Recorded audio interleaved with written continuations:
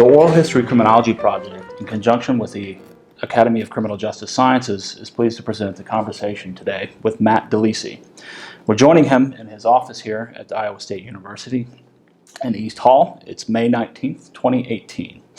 Just a brief rundown of his some of the major highlights of his career for those of you who are yet to familiarize yourself with his work. We'll begin with his education. 1995, earned a BA in Policy Studies, graduating magna cum laude from Syracuse University. That's Maxwell? Yes. Okay.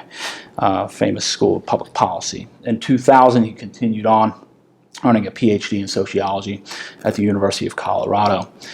Then he began the process of assuming several academic positions, all of which are here at Iowa State University, starting as an assistant professor in 2000, earning the full professor title in 2011. And he now serves as coordinator of the Criminal Justice Studies program from 2000 to today. He's also a faculty affiliate at the Center for the Study of Violence, beginning in 2007 and continuing to this very day. He's also held a number of other professional positions as well.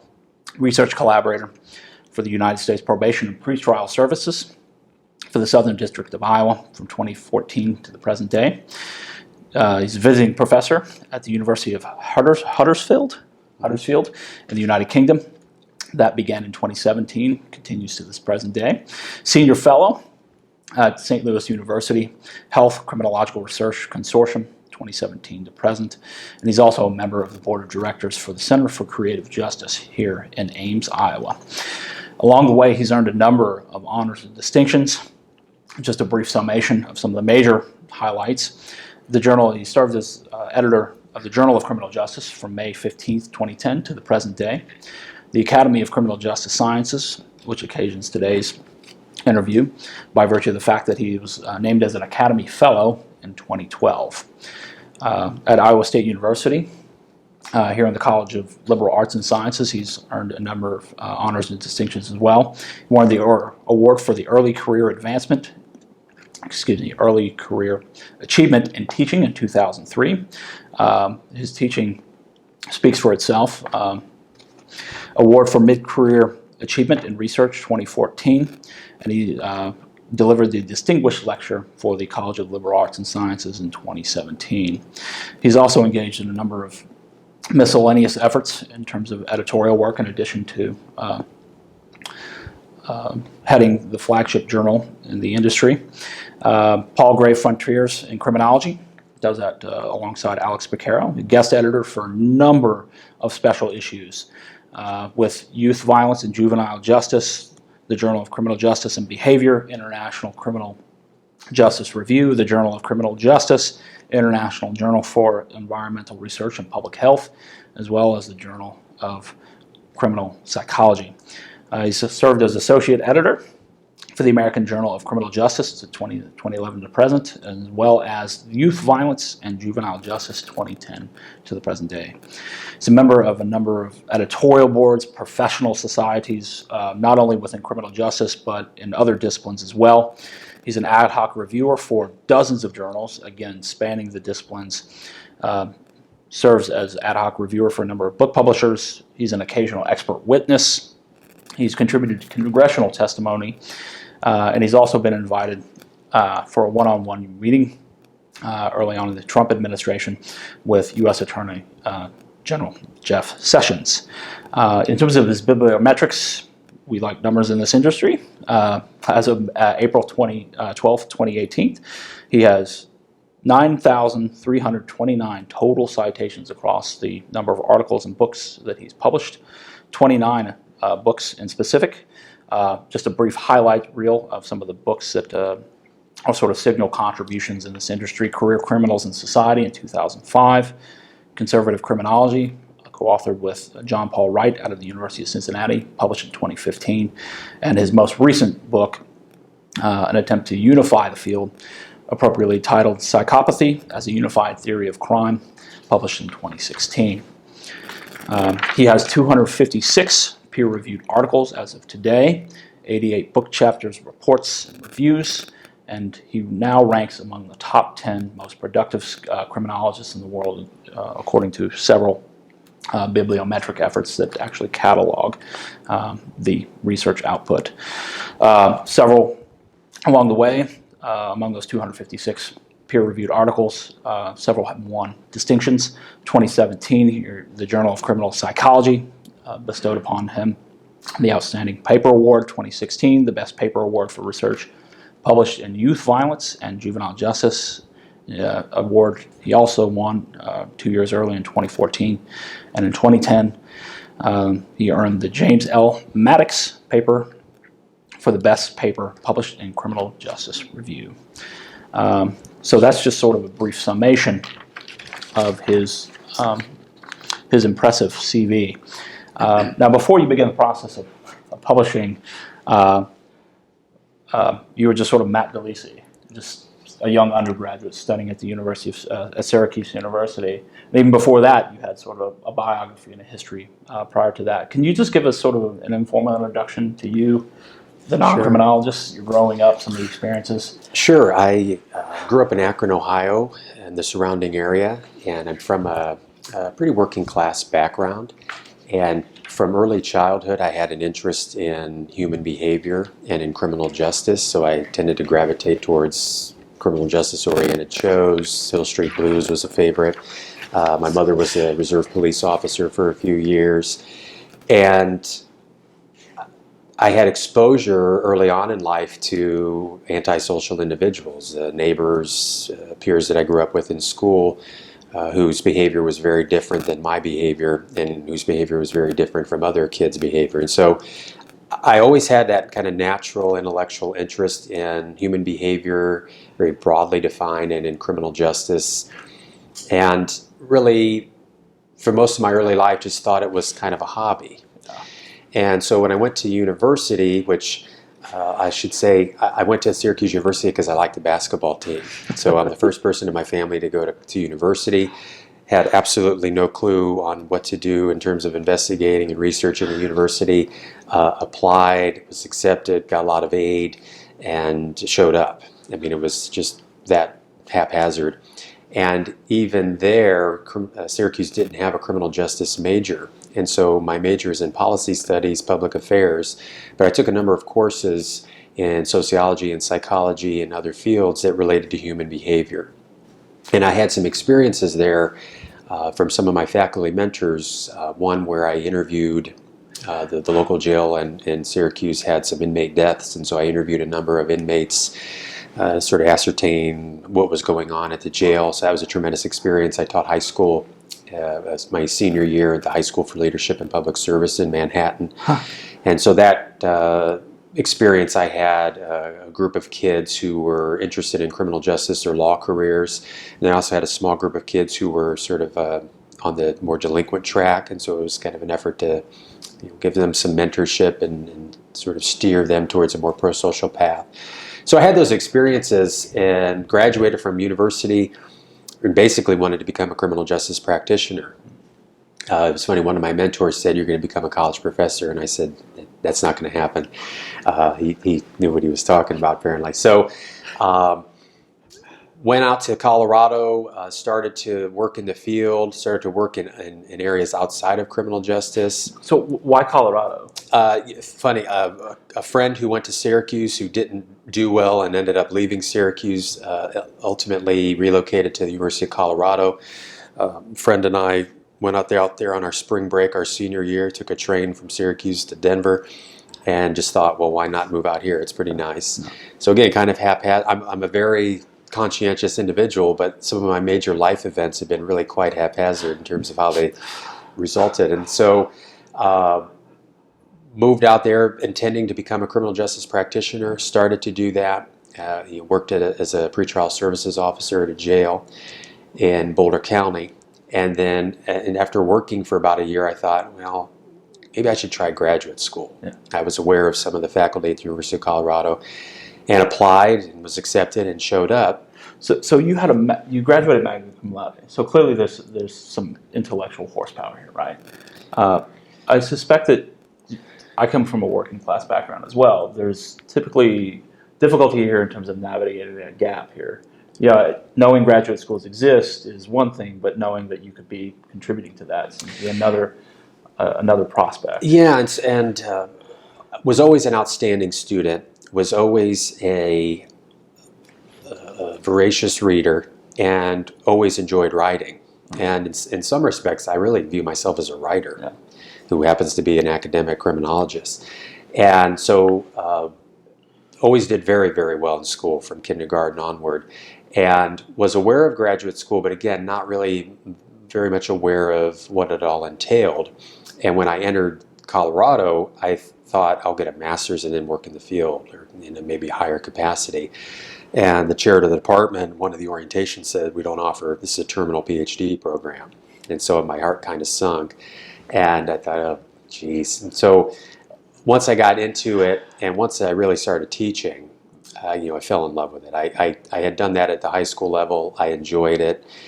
And once I got into really did the research enterprise with my chair, Bob Rigoli, I was sort of off to the races. And then I thought, this is exactly what I want to be doing. And so I had the graduate school experience while also working as a practitioner, interviewing arrestees and setting bond for them. And so it couldn't have been a more wonderful overlap in terms of access to data, in terms of exposure to the criminal justice system, but also in terms of highlighting the big gaps between academic criminology and applied criminal justice. Yeah. So SOCH oftentimes has this sort of very tenuous relationship with criminal justice, but the University of Colorado also has a number of other folks who do criminologically inclined kinds of work, but aren't necessarily within that formal orbit, right? Yeah. And this will sound, I never had any allegiance to any academic discipline and to any academic organization within a discipline. And so for me, studying criminal behavior meant that sociologists have something to offer, that psychologists have something to offer, that psychiatry has something to offer, that genetics has something to offer. And I really approached the study of crime with that open mind and with that sort of interdisciplinary perspective. And so to me, it was silly to approach it only as a sociologist or only as a psychologist or only as a criminologist. To me, they all had something to provide. And so, how did that play in graduate school? Well, I had clear exposure to sort of the distinctions that are drawn at times between criminology and criminal justice and the status differentials that are sometimes ascribed to those. I had exposure to how sociology in some ways condescendingly looks at criminology and particularly criminal justice, even though in most programs 80 to 90% of the undergraduates are really criminology, criminal justice students. And so I was exposed to some of these status differentials and some of this differential evaluation that goes on, and I just sort of took it in stride and kept doing what I wanted to do. So is your motive to answer a question then? And then you're just looking at, well, they have something to say or they have a tool that I might incorporate or find value in. So great. So the first, career criminals and criminal careers would be sort of my first main area. Yeah. And as a consequence of studying them, there's going to be natural exposure to psychopathy. There's going to be natural exposure to homicide offending. There's going to be natural exposure to sex offending. All of these sort of tangential areas of research that I do, there's going to be exposure to inmate behavior and penology. And so for me, it was really, my focus is on criminal careers, career criminals, and then the natural content areas that relate to career criminality are areas that I also found interesting and had exposure to. And so, for instance, one of the really important articles in my intellectual development was Don Lynam's paper in Psychological Bulletin, and I think it was around 1995, 1996, Who was the Fledgling Psychopath? And so that was sort of a meta-review of research in developmental psychology and clinical psychology, somewhat in criminology, looking at severe conduct problems in children and adolescents and sort of the dynamics that contribute to someone who will become an adult career offender or chronic offender.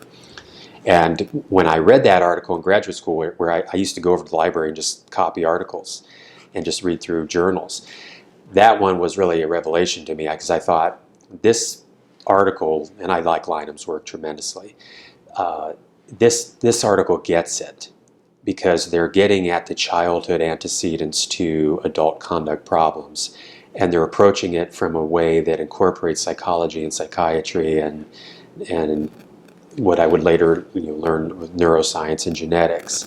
And to me, even though the career criminals paradigm was very prominent in academic criminology and mainstream criminology, to me it was very stultifying. It was limited to a certain set of arguments, to a certain set of scholars, and I thought that was misguided. And so for me, it was be open-minded, be embracing of other fields, and embracing of content areas that are naturally going to be related to conduct problems. So you've kind of taken the long road to psychopathy in a way, right? There were pit stops before that. You write a dissertation on career criminality, that being the dominant paradigm to kind of connect with the field. In some ways, I think that we might be able to draw an analogy to the overall status of psychopathy as a theoretical construct in the field as well. It was important at one particular point in time, then it falls into the background. Yeah. And then can you give us a little bit about your career trajectory here in terms of reaching that point, as well as sort of a brief summation in terms of the history of psychopathy? Something I should have mentioned at the outset is another thing that I think is true about me is that I've always had an interest in true crime and forensics. And particularly my students at Iowa State, one of the first lectures I give is I ask, how many of you read true crime books all the time? And there's lots of hands, and they watch all the documentaries, and they can name serial killers. And what I tell them is, you have the intellectual interest in the fire there to study this professionally. If you can't get enough of that kind of content, that's important. And so I think being a true crime fan is a tremendous asset to an academic criminologist. Others might view that as sensationalistic and silly. I don't.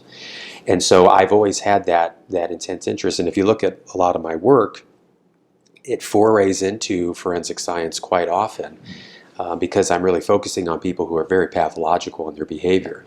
But in terms of psychopathy, after reading a lot of Robert Hare's work and a number of folks, Ben Cartman back in the early to mid 20th century, it was interesting to me that such a powerful theoretical construct, and one that has such robust empirical associations with all forms of antisocial behavior, why wasn't it a mainstream part of criminology?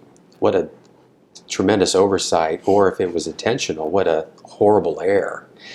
And even within psychiatry, they sort of eschewed it in favor of antisocial personality disorder. And so it has a curious place in that it was rejected by sociology. Sociology doesn't like it at all. Because it's such a powerful, parsimonious, individual level explanation for antisocial conduct. Yeah. And so early on in my career, I started to do research on psychopathy. It got really massacred in the review process at mainstream criminology journals. And it really wasn't on the merits of the work. It was really on, why was this person studying this construct? What does psychopathy have to do with serious crime?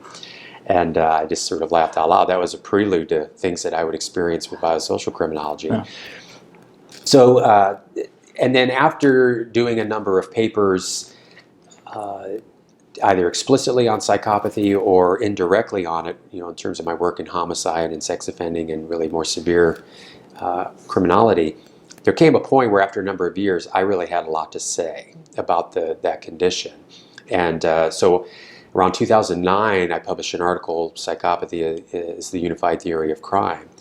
And really the book was just a book-length exposition on that topic, where I think my unique background, where I'm kind of a man without a country, intellectually, but because of that, I don't have any of these alliances with some of the narratives that are in play in psychology or in criminology or in other fields.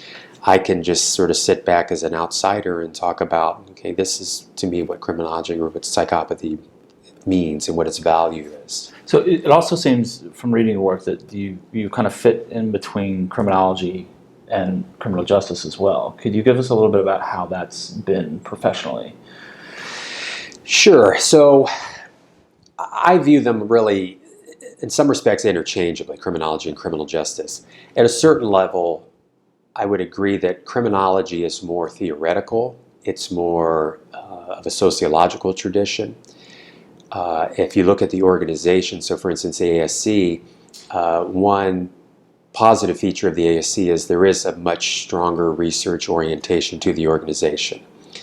Having said that, I've always been turned off by the ASC's politics and by their tendency to anoint certain areas of research and even to anoint certain scholars. And the omission or the ignoring or shunning of psychopathy would be one example.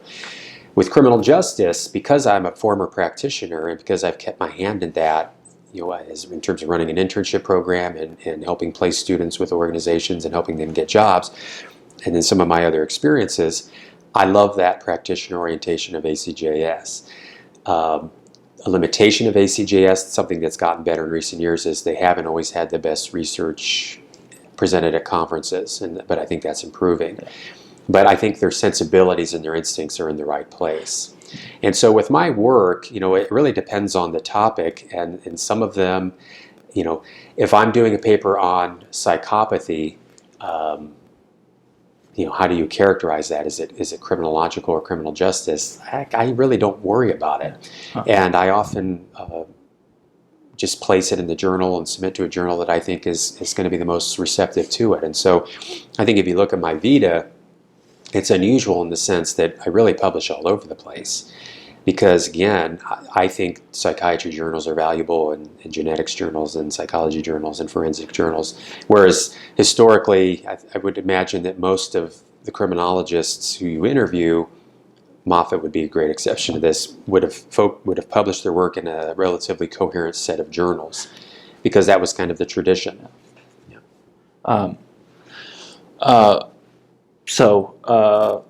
On that point, publishing in alternative disciplines journals means facing a learning curve because they have different kinds of techniques and tools. They cite different literatures. They frame the question in different ways. How has that been for you? Do you want me to touch on the biosocial stuff? Yeah, sure. Yeah, that'd be a fantastic example. So in the biosocial work, so in around 2005 with John Wright and Kevin Beaver and Michael Vaughn, we sort of came together at a conference in 2005, and what we realized is what we really intellectually had a lot in common.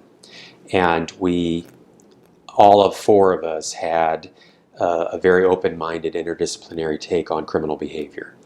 And so when we founded the Biosocial Criminology Research Group and started doing all of that work with twin data and with genetic data, we naturally had to go outside the field because it wasn't going to be embracing of that. And we published in a number of criminology, criminal justice journals, but the reviews were we were excoriated. So we started to look at journals outside the field that we had already really been reading a lot of work in those areas. And so one of the advantages we faced is in other fields, for instance, the literature review is very different than it is in criminology, where traditionally you have a 10 to 15 page literature review that often is very unnecessary. And in other fields, there's much more of a cut to the chase approach, where what do we generally know about this subject? Where are the gaps? How is this study going to fill a gap? And so that facilitated the speed with which we could publish, because we were submitting to journals that might really prefer a 30-page manuscript, as opposed to one that was 60 pages. You can double up your effort, basically. But there was a learning curve, and we learned a lot during that process because none of us is trained as biological scientists, and so we really are all self-taught, and there's lots to learn. And so it was wonderful because depending on the quality of the reviews, we would learn a great deal about analytical techniques in using genetic data or twin data. We learned a lot about just exposure to other researchers or other content areas that are very important that we maybe overlooked or maybe not given full attention to. So that biosocial crim period for us, for all of us, I mean, was really a wonderfully exciting intellectual explosion that was occurring, and we were sharing articles and really just voraciously reading all over the place, because to us all these other fields mattered and had something to say about what it was we were studying. And many of these journals outside the field kind of got a kick out of criminologists applying some of these constructs or these concepts or these methods with these sort of questions, because most of them they're focusing on psychiatric conditions or personality features, and we're looking at endophenotypes and phenotypes such as criminal behavior. But there was a learning curve to be sure. There's also a learning curve for the field here in a bit of way here, because there has been kind of a growing acceptance for biosocial kinds of indicators being brought into the field. Your assessment of that, my evaluation here for one, and then for two, what might account for that kind of development? It's interesting. I've often talked about to various audiences, if you look at the reaction to Wilson and Herrnstein's Crime and Human Nature in 1985, they were absolutely vilified for primarily saying that individual level constructs matter to crime. And the book reviews of their work and the scuttlebutt at conferences was overwhelmingly negative. I don't know if there was anything positive about it. If you look at the response 5 years later to General Theory of Crime, it was also very negative. And I thought there was a lot of denial or indignation that the field had about their insistence that it's an individual level construct. But the response to it was much less harsh than it was to Wilson and Herrnstein.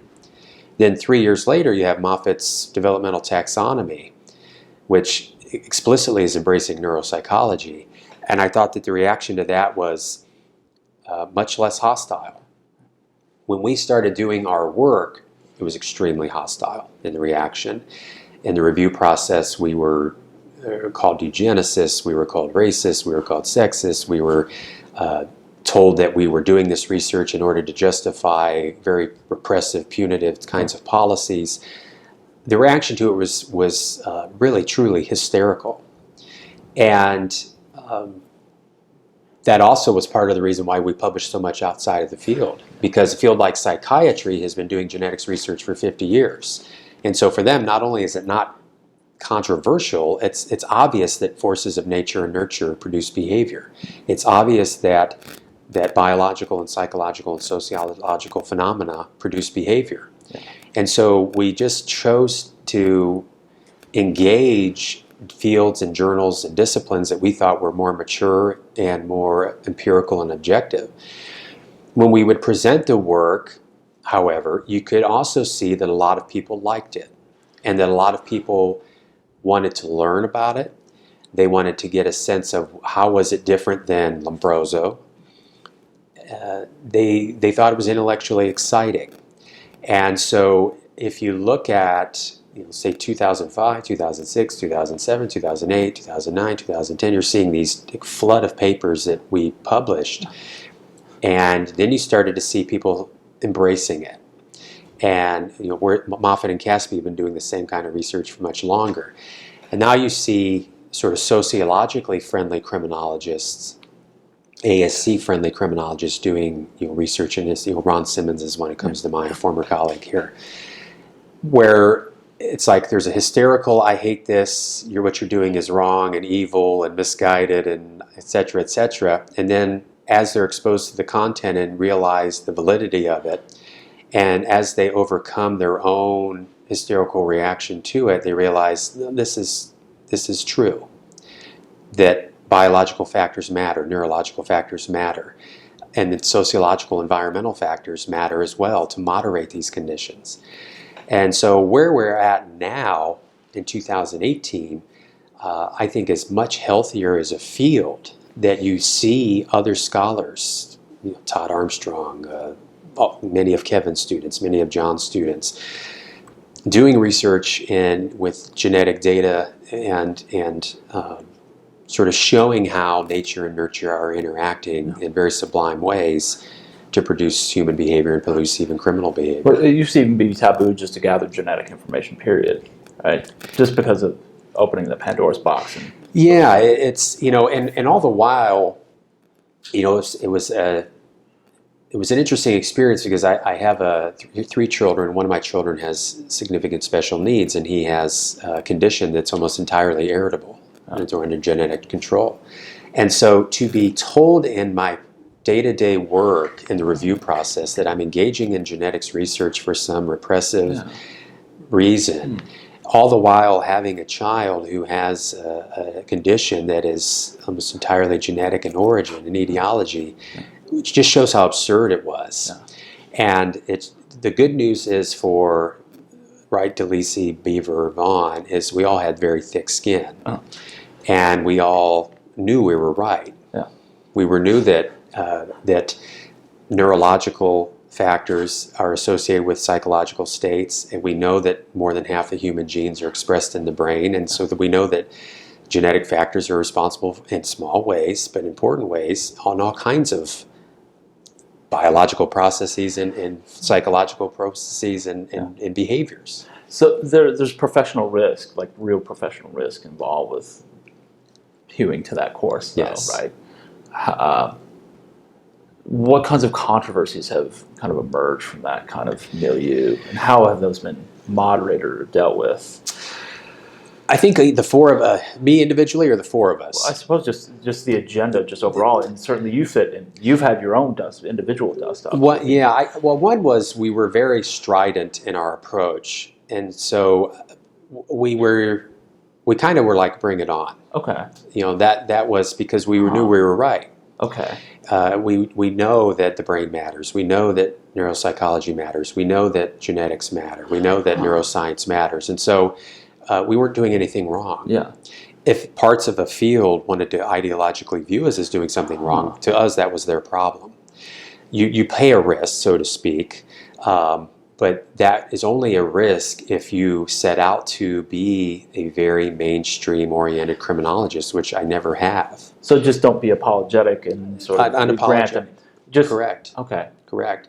And the other thing I did was looked at some of our role models. So for instance, Caspi and Moffat, one of their papers in Science in 2003 with the serotonin transporter and its association with stress and depression, published in Science, it's the top journal in the world, but has been not necessarily replicated all the time, and some meta-analyses show it does, some that show it doesn't, and so it's been very controversial, and I've seen some of the response to them that was very negative, and at times to me was ad hominem in nature, and I saw that they just kept plugging away. I'm like, well, gather data and do a study, and we'll see what happens. And so that's just always been my approach. If the field at large doesn't want to acknowledge psychopathy or biosocial work, to me that's their problem.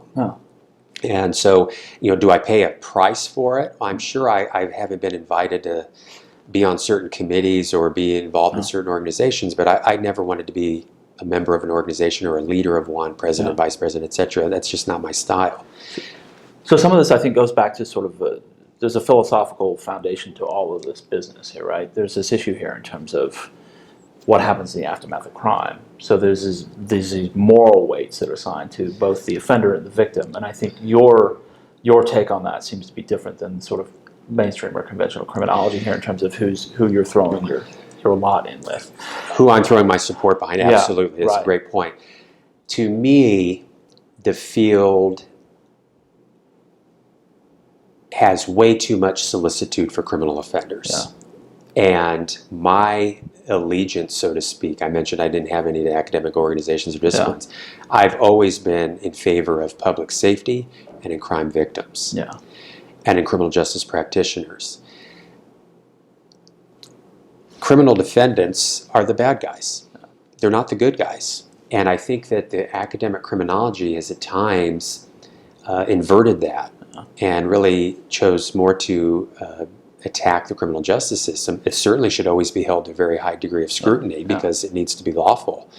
But to side with criminal defendants and to ignore victims or to ignore the salience of public safety is wrong. And so certainly there are philosophical and ideological underpinnings to all these issues. Yeah.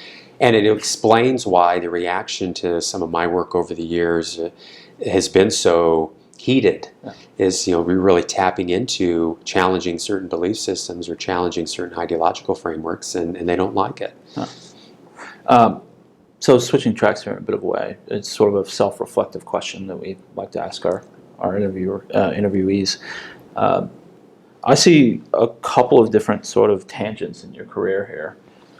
Although this theory testing, there's the effort to marry biosocial indicators with some of Travis Hershey and Mike Alfredson's work. There's been life course sort of influences as well with your work with Picaro and others. Testing of particular theoretical constructs, correctional interventions. There could be many, right? Do you see these as sort of distinct entities, or is there an evolution towards a particular point, or is there a definitive question that these all relate to? In my beautiful mind, they're all related. Okay. Because if I tried to put a coherent framework around them, I would say that my main interest has been individual level constructs that are associated with antisocial behavior. So you can see the natural affinity for self-control theory. Yeah. And I loved Alfredson and Hershey. They're some of my role models. Yeah. And I also liked their writing style, and I liked their chutzpah, and I liked that they were actually saying something, and they weren't afraid of going against the grain. So, when someone were to look at my vita and say, he's a homicide researcher, he's a self-control researcher, he does work on sex offenders, he does work on psychopathology, to me those are all cousins. And so it might appear from the outside to be very different, or as a generalist, which is fine. I think it's good to be a generalist. To me, that they share that commonality in being individual level constructs. And I think some of that goes back to one of the earlier questions here in terms of marrying criminology to criminal justice. And the reason I don't typically conceive of you as a criminal justice researcher, there's sort of the holy trinity of criminal justice, right? You're doing criminal justice, you're studying cops, courts, or corrections, right? Yeah. I mean, you kind of get into some of that kind of thing, but not necessarily dwelling on police and police research. Right. I agree with that. I've done a lot on inmate behavior and so in corrections, but I don't view myself, I agree with you, sort of which of the big three, cops, courts, corrections, are you?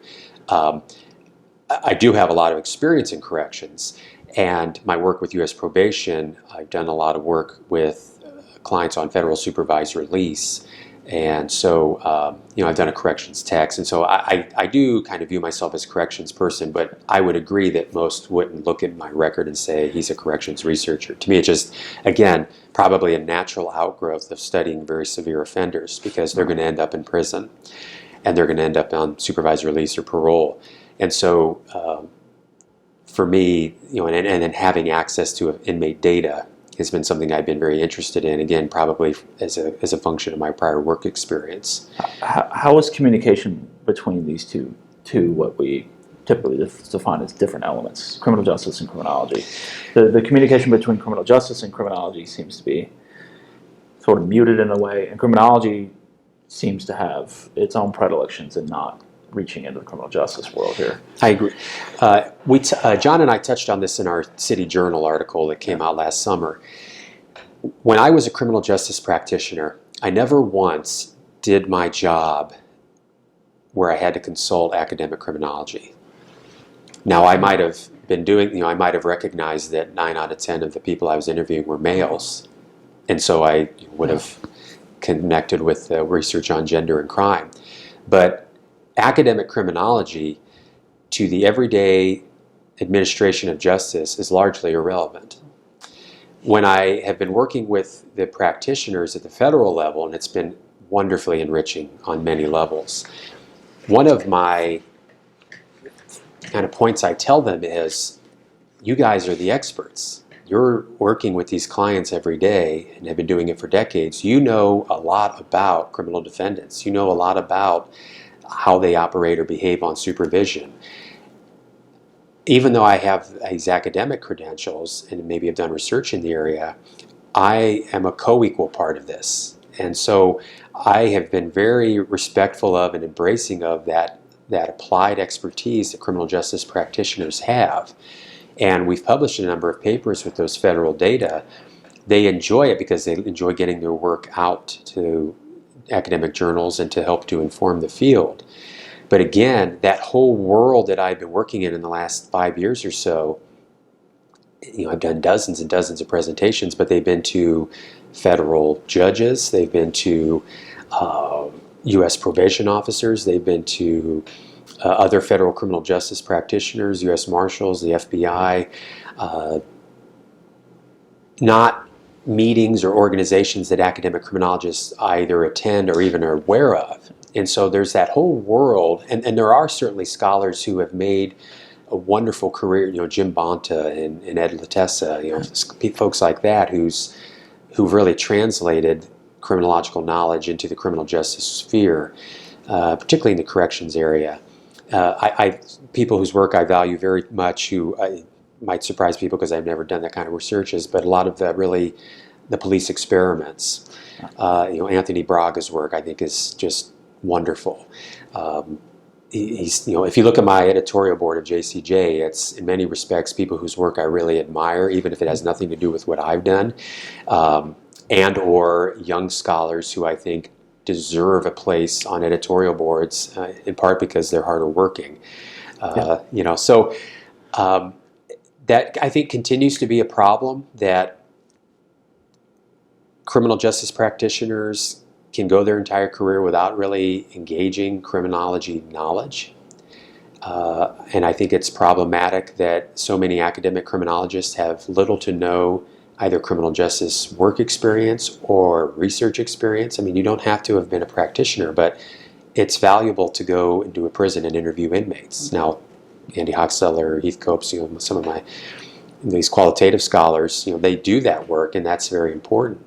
You got to get your hands dirty. You got to work with actual clients. You got to work with actual data, which is very enriching and rewarding and different than doing it in a STATA file or an SPSS file. Now, one of the ways in which knowledge is communicated from academic life in the ivory tower, if you will, to practitioners is through mainstream media accounts. And quite a bit of your work, a more disproportionate share than your average criminologist, has managed to sort of pierce that divide largely through the mainstream media, recollections, recounts, distillations of some of these work, some of the bits and pieces that you put together over the years. Some might kind of poo-poo that, but there's sort of a conflicted kind of relationship between academics and sort of things that make their academic research that makes it in the mainstream press, right? Institutions love that kind of thing. Departments, individuals like that. But there's some questions and reservations here in terms of how some of the sophistication is going to be cut down, because you're going to get a paragraph here in terms of the findings being distilled. Can you give us a little bit of sort of how this process works, and has it been beneficial? Or Sure. Yeah. Part of it, I believe, comes from that the general public and I share that true crime interest and share that forensic interest. And so, papers on homicide offenders, for instance, the media likes them. The paper you talked about earlier, the paper I did on homicidal ideation that got some news coverage. So these forensic phenomena that I find interesting, the public also finds interesting, and the media finds interesting. One of my roles here, and this would be the case wherever I was, is you have an undergraduate major. And it's important to grow that and to show the exciting things that are going on at this university. And so I've always been very media friendly. We've had in our department very good marketing people who've helped to arrange interviews similar to what we're doing now. And once you do that and it gets released on the wires, then if the media finds it interesting, they're going to contact you. Now you learn some things along the way. So you learn that a 25-minute interview is going to be 8 seconds of content on TV. You learn that you have to be very careful how you speak, because if they want to, the media can parse your words in ways to really distort what it was you said, or to match something that they want to have said that might be diametrically different than what your study found or that what I want to convey. And so I think you have to be cautious with the media, but I think they are an ally. I think it's overall a valuable thing. The other part of it that I've enjoyed is that once you get out there in the marketplace of ideas, people who value your expertise and see it as a commodity can hire you in a variety of roles. And so, some of the expert witness and consulting tasks that I've been involved with, I think it doesn't hurt if you're in the media. It doesn't hurt if you have high visibility, because those can be really wonderful opportunities in a lot of different ways. And they can give you exposure to correctional clients or to things that are very rare to get access to, like capital cases. So yeah, I think the media, if I were to advise young scholars, get your work out there. I know a lot of criminologists do it in social media now. I've just never been a social media person. It's just not my speed or style. But I think it does have value in terms of promoting your research, in terms of promoting your books, in terms of getting your work out there. Now, some of the work that's actually pierced this veil has been biosocial too, though, right? Yes. And media have particular predilections in terms of presumptions here, in terms of that. Have you ever seen your work distorted or brought in as a whipping boy? In the or is it more of a curiosity that the press has? I think it's usually more of a curiosity. Yeah. And some of the presumptions that they might have had about the work don't necessarily come out in the article or the whatever the material is, the radio interview. But in some of the background conversations that we had, there was at times where, well, what does this mean, or what are the implications of this? And I think once they realize what it really means, to me, what biosocial research is really doing is that it's providing insights in a wonderfully scientific way about things we've already known. So if we know that impulsivity is associated with antisocial behavior, knowing which brain regions are associated with impulsivity and knowing which genetic polymorphisms have associations with these brain regions or with impulsivity is really just giving you much more specific data and information on something we've already known. Yeah. And so I think when you think about it in that way, it becomes much less threatening. Another example I often give audiences is, how many of you wear contact lenses or glasses? A lot of people do. Your eyesight is largely genetic. Yeah. You can have an environmental reason for why it's not good, but it's entirely overcome by an environmental intervention.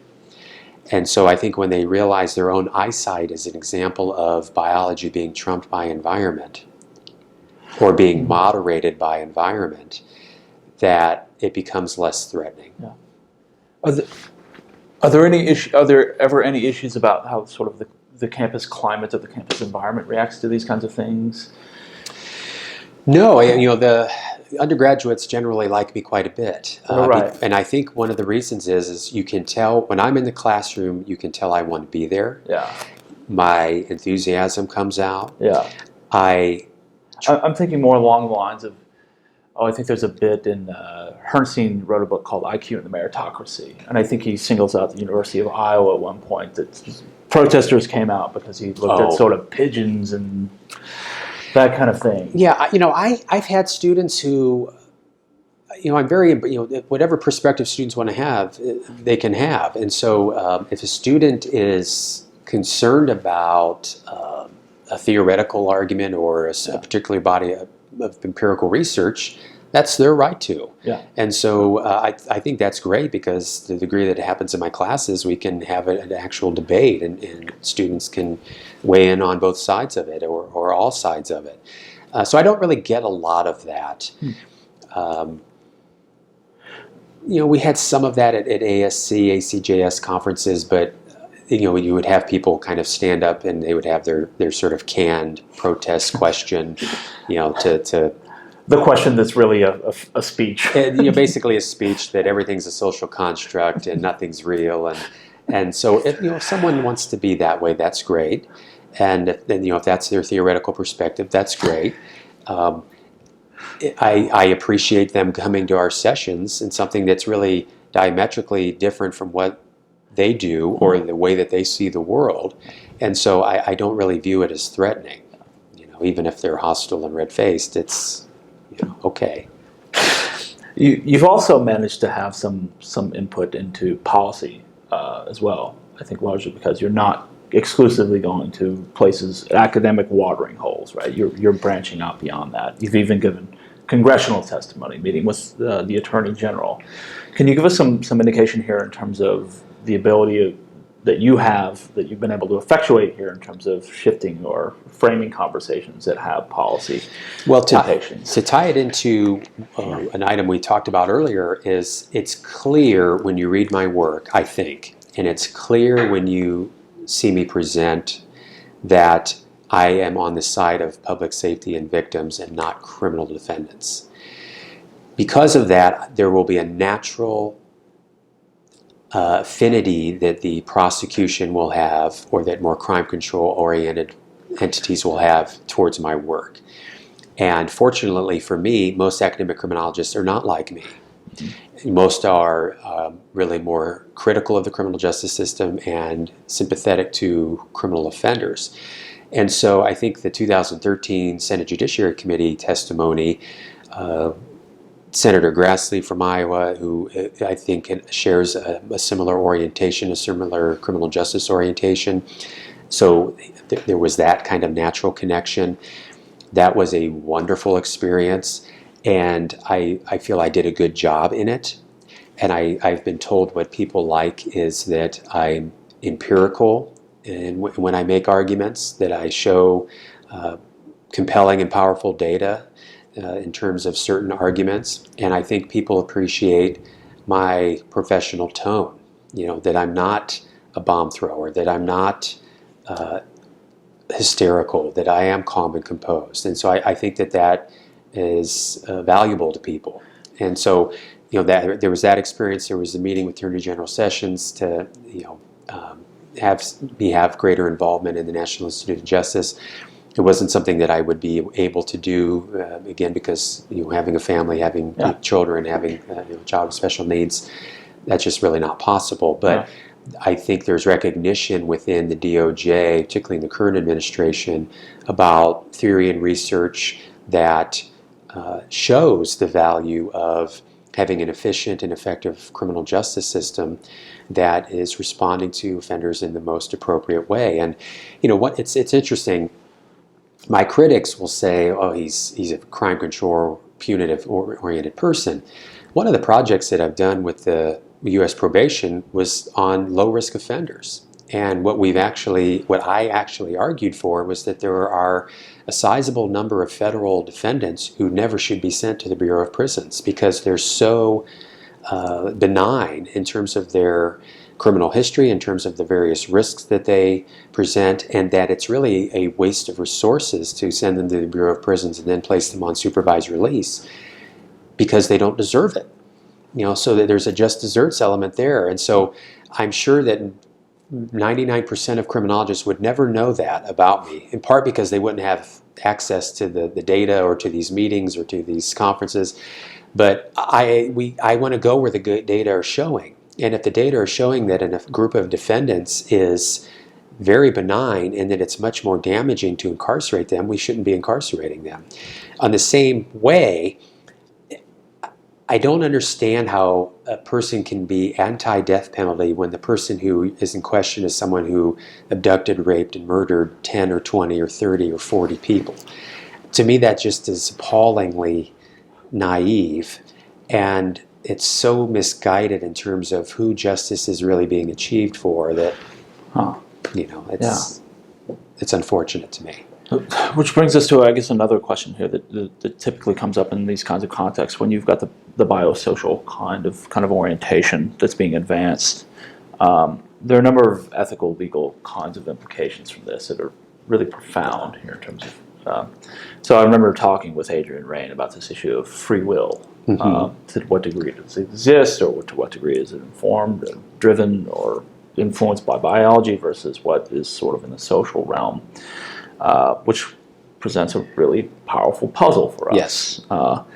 So are those things playing themselves out here in this kind of policy-oriented arena?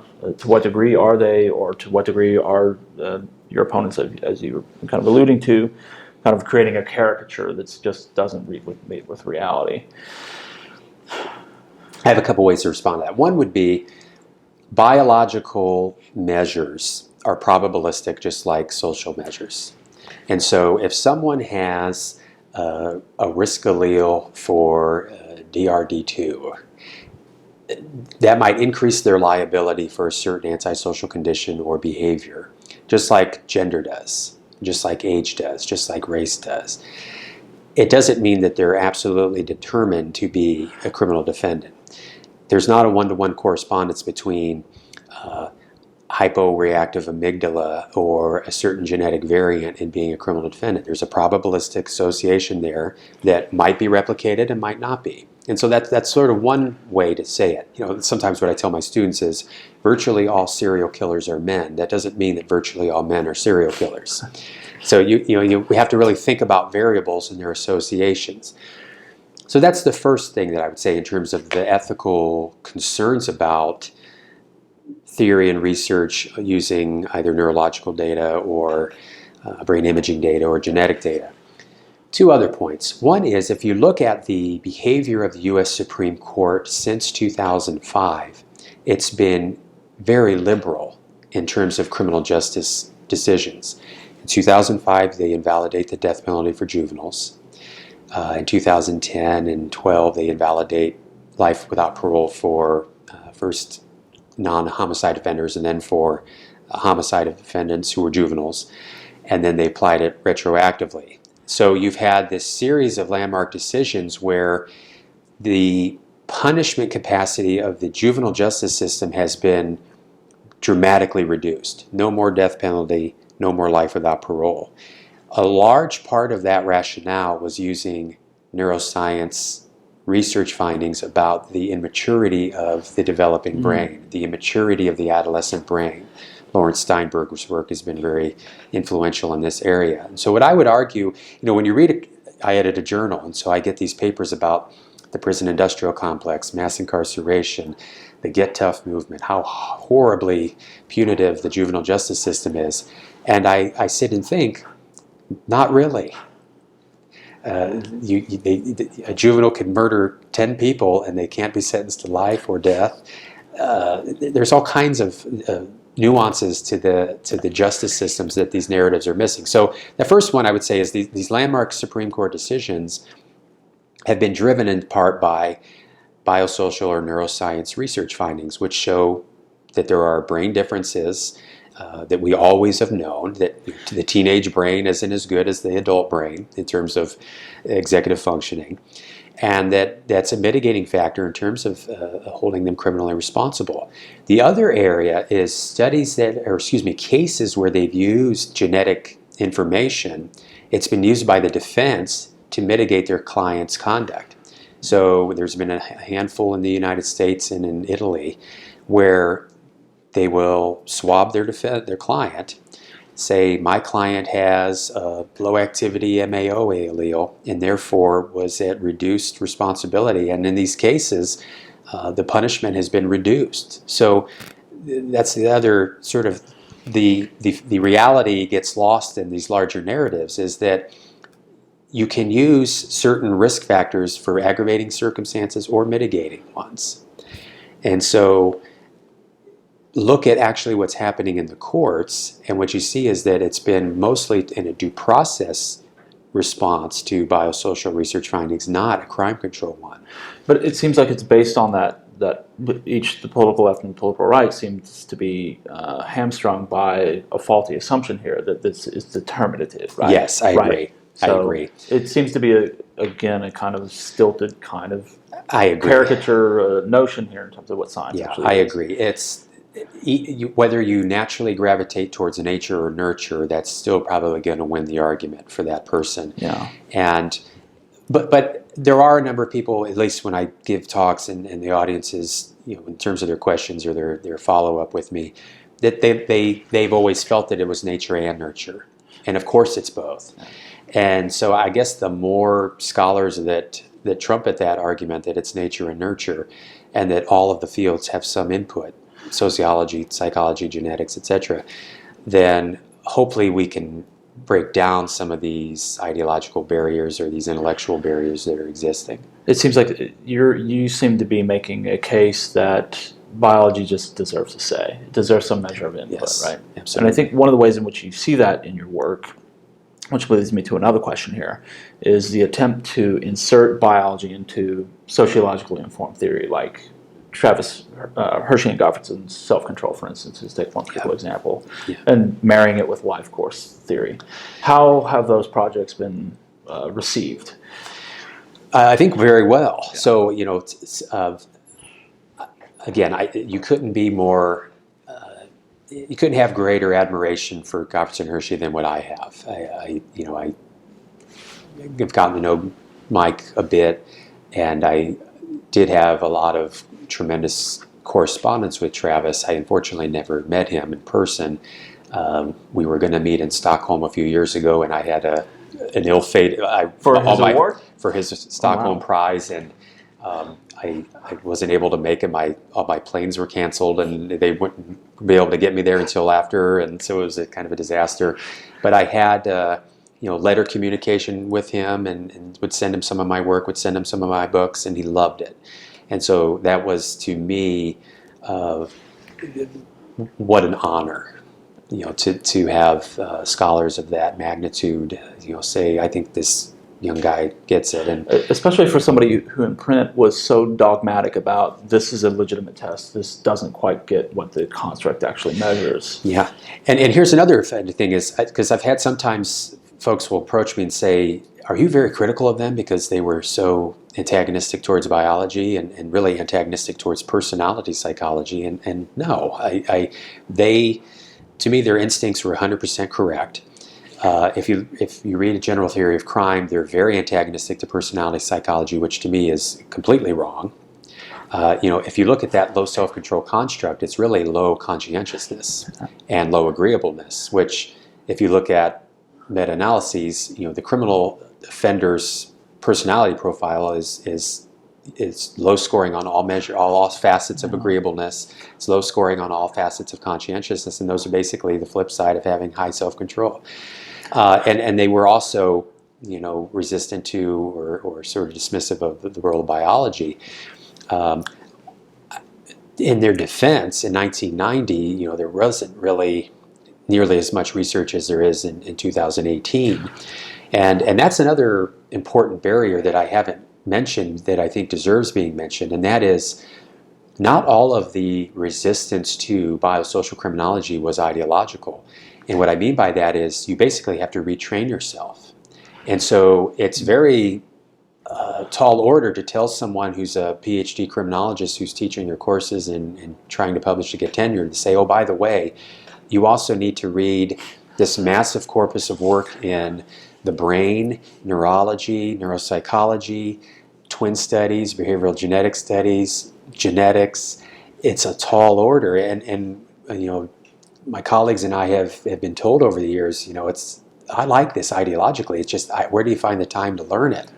Where do you find the time to get access to the data? And so I think that's another issue in the field, is that because it's so fundamentally different in the subject matter and the methods, and you're asking a lot of people to learn that. And I think unless they had a personal interest in it or an intellectual drive to do it, why would you?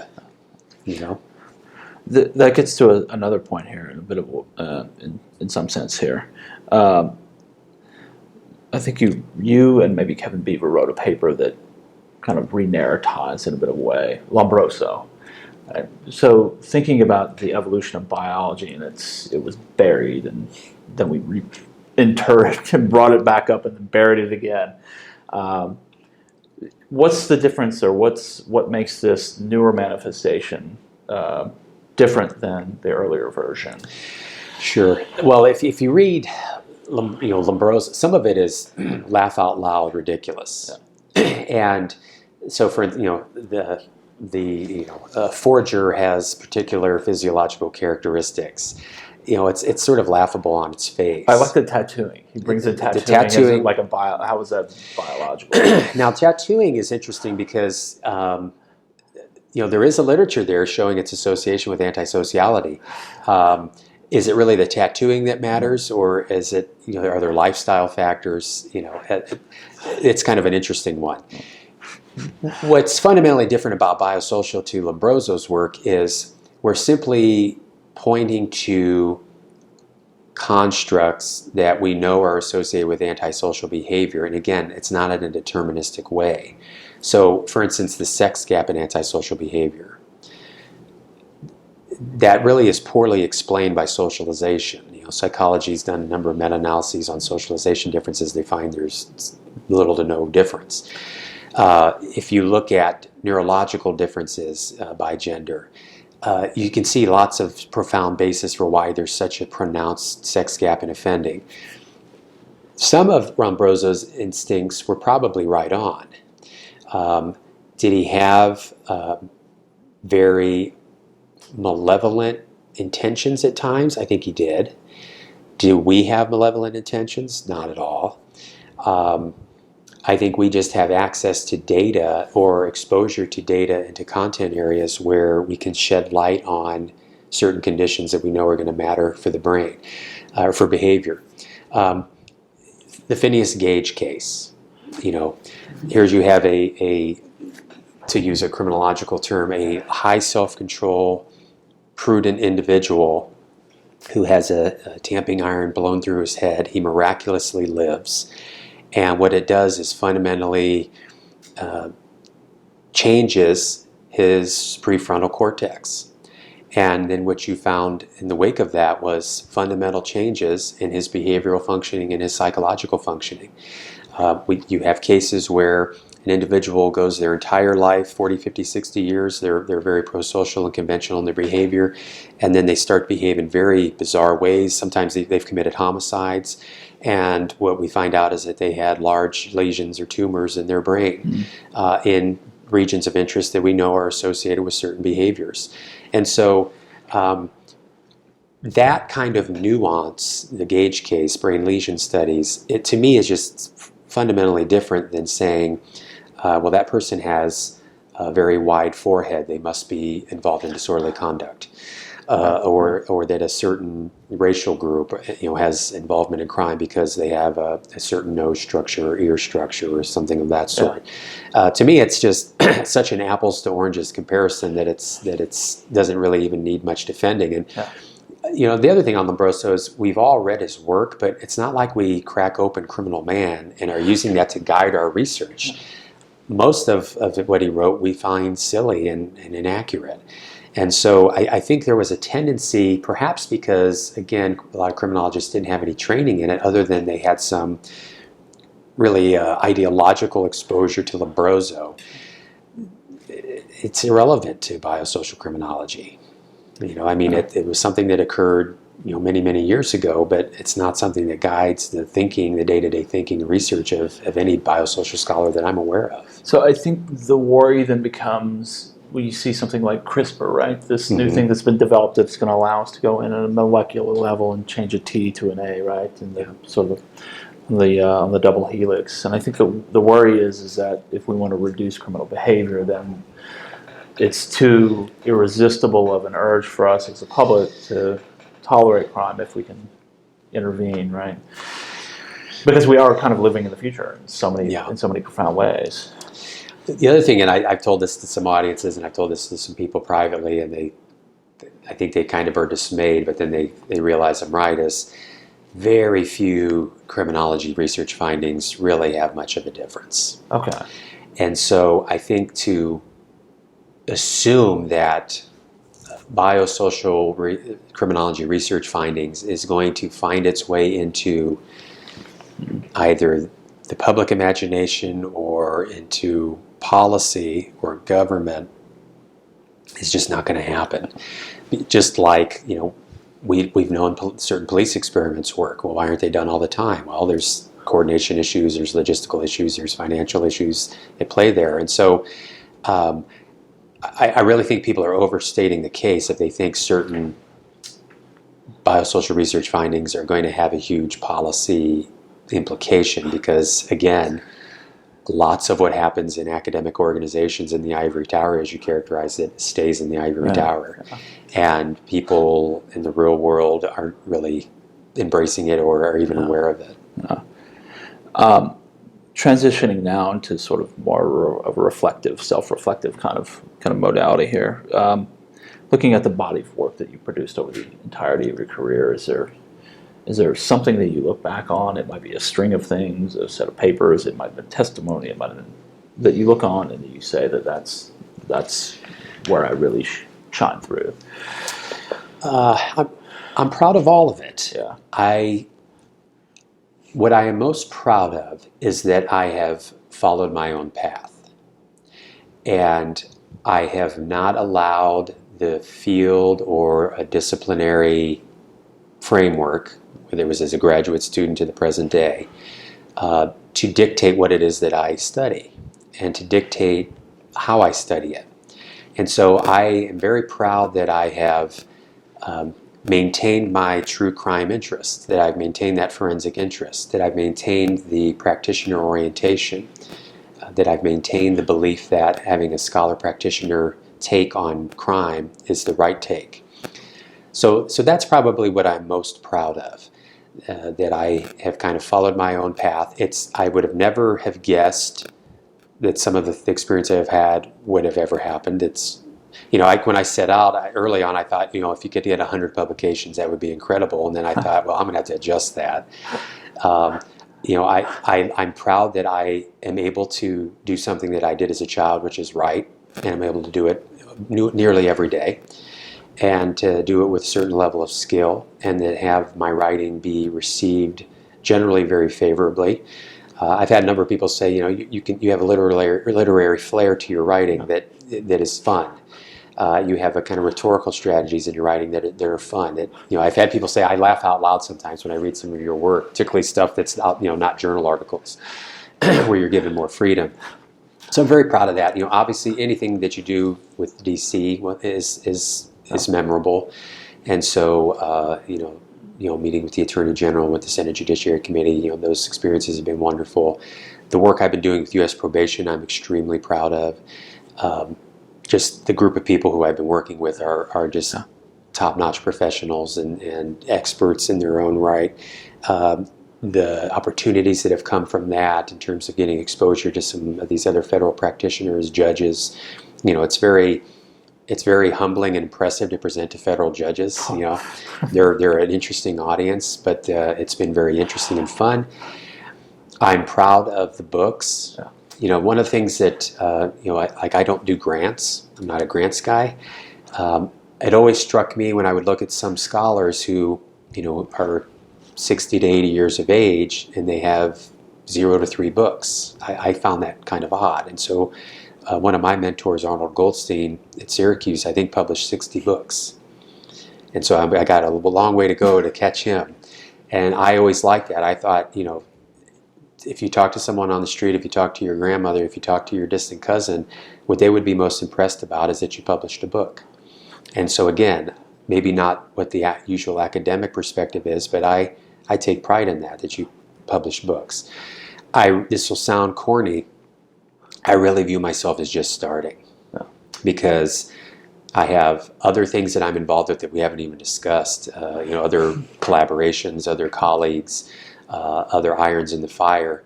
And what I do see and have experienced is the Matthew effect. The more you got going on, the more comes your way, which is unfortunate, because when you're starting out as an assistant professor, you're craving opportunities and there's none to be had. And then as you become a full professor, you have to say no a lot, because there's just only so much time in the day. And so I hope to continue to do the things I've been doing, writing books, writing articles, learning new things, exploring new content areas. If I had to pick an area of study, two areas of study that are sort of on the horizon for me, one would be adverse childhood experiences. So I've always known that very severe offenders, and I've talked to thousands of them, they usually have pretty horrible lives. and they usually have horrendous victimization backgrounds. And so I think adverse childhood experiences, which has been around for a long time again in other fields, the original adverse childhood experience study. One of my colleagues, Mike Baglivio, has done a lot of great work in that area. I've done some work with him and with other colleagues.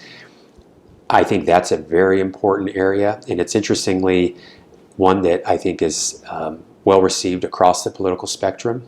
No one thinks it's good that children are abused and neglected in various ways, and so the degree that we can shine light on that and learn more about that and learn about the downstream consequences of that type of exposures, I think that's very important, and it's one that has a very easy policy intervention. So when we're talking about biosocial policy, I just kind of roll my eyes about that. I think it would be much better, to the degree that we can eradicate abuse and neglect of children, we'd be doing a lot to reduce crime and other correlated social problems. I've also developed in the last year or so a keen interest in really the appalling number of untested sexual assault kits. And so I have some scholars and colleagues who, some of whom I just have been exposed to their work and am learning from it. And I have some other opportunities as someone who is always in favor of victims and public safety. That 400,000 untested sex assault kits, it should be zero. And I think someday it will be zero. This Golden State Killer you just saw, he was contacted in part using genealogy websites and genetic data there. Again, here's maybe the first example of a crime control outcome. I would argue that it's a positive to use that mechanism to apprehend that individual who murdered 12 people, raped 60 people, and committed dozens and dozens of other felonies. So, and that's the other thing that, Brendan, that I don't know right now is you never know who's going to send you an email or contact you on ResearchGate, or you're going to run into at a conference who says, I'm interested in this, and I think what you do, there's a connection. And sometimes they're interesting connections. So, for instance, the sex assault kit research, that's come about because of my monetization studies. And so there's an association there with, this guy's documented how costly crime is. The media like those studies as well. Yeah. Interesting, they review horribly. The academic criminologists hate them. I don't know why. Maybe they're too practical. But again, you never know the part of your CV that is attractive to someone, or is useful to someone, or is a powerful commodity to someone. Yeah. And they can be used in a variety of ways. One thing that I think deserves mention in terms of this project is the teaching too, as well. Like what makes for an effective teaching environment, or what makes for an effective connection? What makes you an effective connector of kids who are just turning 18, 19, Sure. and knowledge? The first thing is a kind of an admonishment to college professors, and that is, if you have a PhD, you've gone to school for about 20 years. You have a lot of exposure to teachers, and you know things that were good and useful and effective, and you know things that were ineffective and not useful. My advice to a teacher would be, why in the world would you do something in your own classroom that you know is ineffective or good or useful, or that students hate? And so, in terms of my style, I tend to teach very large courses, 200 students, which I love. If I'm going to teach a course, throw 200 students in there. That's what I'd want to teach. I think that there is an entertainment function to teaching. And so I think that it's imperative that a professor is providing them information, is providing them with content, is providing them with knowledge that they can type into their computer, they can write in notes, that they can record, that will help them have mastery of this material, will help them in their intellectual development, and in their academic development, and in their professional development. That doesn't mean you have to be boring. And so I like to use documentaries. And so particularly if you're teaching a course on homicide, well, there's hundreds of wonderful documentaries on homicide offenders that students have never heard of, that are fascinating as can be, that are going to convey content in a way that, as wonderful as I am, I can't do it, So, but I think if you talk to most college professors, it's a cop-out to show films, or it's a cop-out to show documentaries. What rubbish! It's critical. I think mixing it up. So some courses I give exams. Again, it depends. If it's an intro kind of oriented course, there's going to be exams. If it's an upper level course, there's going to be a lot more writing involved. There's going to be presentations involved. I think because of my personality, I think because my love for the material is so clear to students, and because I think they can tell I'm on their side, that I was once an 18-year-old kid who thought crime is interesting. I'd like to do this for a living, but I don't know in what way can I. That they connect with that. Crime and criminal justice and criminology can be very heavy material. And if you're talking about the death penalty or adverse childhood experiences or sexual homicide, it's heavy. You have to be able to be lighthearted about it, or at least intersperse a lightheartedness and a sense of humor, because otherwise I think you would lose your mind. And one of the characteristics that I've always observed in criminal justice practitioners who I thought were the most effective was they had a good sense of humor. Maybe it's a gallows sense of humor, but you have to have that, because if you didn't, you would be destroyed by the sadness of it all. I mean, it's very tragic material you're dealing with. And so I think that can be helpful for students to, maybe in their own development, particularly if they become practitioners, to realize you have to be lighthearted about certain things as well, and balance out the gravity of the job. Looking back, any paths not taken, or any, I hate to say regrets, but any sort of second thoughts about, I could have done this or I could have done that? No regrets. Yeah. No regrets at all. I mean, you never know if you had selected a certain content area, in what way would that have taken you down different rabbit holes that are... The typical format is you become an expert on crime on Tuesday, right? So that's the kind of thing that I think that the academic training is built on. That's what helps you get tenure, because there are other people. Well, there's a group that studies crime on Wednesday, and there's some connection here, right? Yeah. So yeah, no regrets. I am genuinely struck that, and Andy would be able to tell you this. I come in, I put my John Coltrane on, I sit there and type papers, and it's wonderful to me how much that's gotten noticed. And so, my advice would be to young scholars, what I tell people when we hire them, assistant professors, is just type, baby. And, people laugh, but it's true.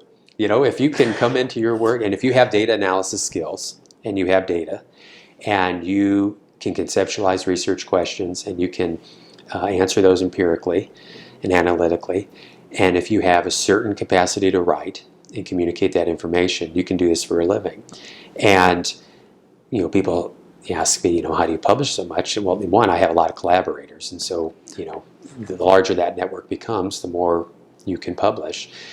But I just, you sit in your office and type, for 7-8 hours, you're going to get a lot done, a lot more than you think. Yeah. And so I'm glad that I did that I had that sort of mindset to just listen to your music, you teach your classes, you go to meetings, you do things. But when you're not doing any of that, you do your work. Because when I go home, your kids don't care about what you do.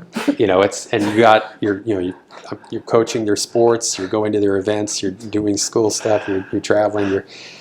Your family doesn't. I mean, your family is supportive. My family, they know what I do. They know I'm pretty good at it. They respect that. But I think they also like that I don't talk about it all the time, and I don't bring it home, and that I don't work at home, and do it at the office. There's more than enough time, and you'll be okay. General thoughts on sort of the intellectual state of the field these days? What would your assessment be? You're given a report card. Something that I think is very good is that, irrespective of a current criminologist content area, I think there's more open-mindedness than there was in prior eras. And what I mean by that open-mindedness is, I think that if you got your PhD in the 40s, 50s, 60s, 70s, 80s, it was overwhelmingly in one area. It was in sociology, and if you were in Canada, it was in psych. I think that just the sheer exposure that graduate students now have to all kinds of information and data, the web's been nice in that regard. Just think of the differences between accessing journal articles now versus earlier years, even when I was in grad school, of having to go and copy everything. So I think that there is an intellectual open-mindedness to scholars today that is very healthy. I've had a number of young scholars tell me, assistant professors, some associate professors, that they also, even though they might not articulate it publicly, they don't subscribe to a lot of the kind of club issues that were in existence in academic criminology, that, for instance, would have previously shunned psychopathy, or that would have shunned personality research, or something of that sort. And so I'm pleased at that, and I think that's only going to become more the case, that as more and more criminologists publish biosocial work, that means more academic criminologists are doing that work. That means more of them are going to be teaching those kinds of courses, are going to be having those kind of graduate students. And so that to me is very healthy and positive. The City Journal paper I did with John, which was fun to write, a totally different audience, a totally different venue, a totally different world, frankly. And we got, you get the negative response to it, which John and I are highly irreverent and we think is funny. We had tenfold more responses that were positive, and were people who said, I agree with you, I think there are these problems professionally, ideologically in the field. Thanks for pointing them out. Everyone kind of knows they're there. You guys had the guts to do it. So I think that the more, ultimately everyone's on the same side. Even though there's all these silly camps that develop in a lot of different ways, it's like everyone wants to understand crime to the best that they can. I think everyone wants to reduce crime to as minimal level as possible. I think that everyone wants to treat criminal defendants in the most humane and lawful way possible. I think everyone wants to, and I think everyone recognizes the extraordinary heterogeneity of the offender population, that many and most are effectively normative or normal people who've got some frailties, got some issues, got some problems that we can target. A group that I've studied most of my career is that there's also this pathological group that you're not going to help. Yeah. And these individuals disproportionately commit the most grievous offenses, and so they're going to be disproportionately those who are in prison for life or who are sentenced to death. You really shouldn't have the same take on the first-time arrestee and the 900th time arrestee. There are fundamental differences there, and I think if you try and say that there are not, so if I had a conservative colleague who says we should lock up everyone, of course we shouldn't. And if I have a liberal colleague who says, well, we should abolish prisons, that doesn't happen as much, but I still occasionally see it. Come on now. Or if you want to abolish prisons, there's certain units that maybe they can become your neighbors, or you can let them sleep in your basement for a while, see how that goes. And I think when you're as straightforward as I just was, I think people, irrespective of where they are ideologically, they get it. That makes sense. That's maybe a nice question to sort of conclude the formal part of the proceedings on. Always with me, the last parting question is, looking back on the content of the interview, are there any landmarks that we've left off the list of things to discuss? No. I think you did a great job. Perfect. Great job of covering it. I appreciate you taking the time to talk to us. Absolutely. And preserve this for posterity here. So thank you. Thank you. Appreciate it. Perfect.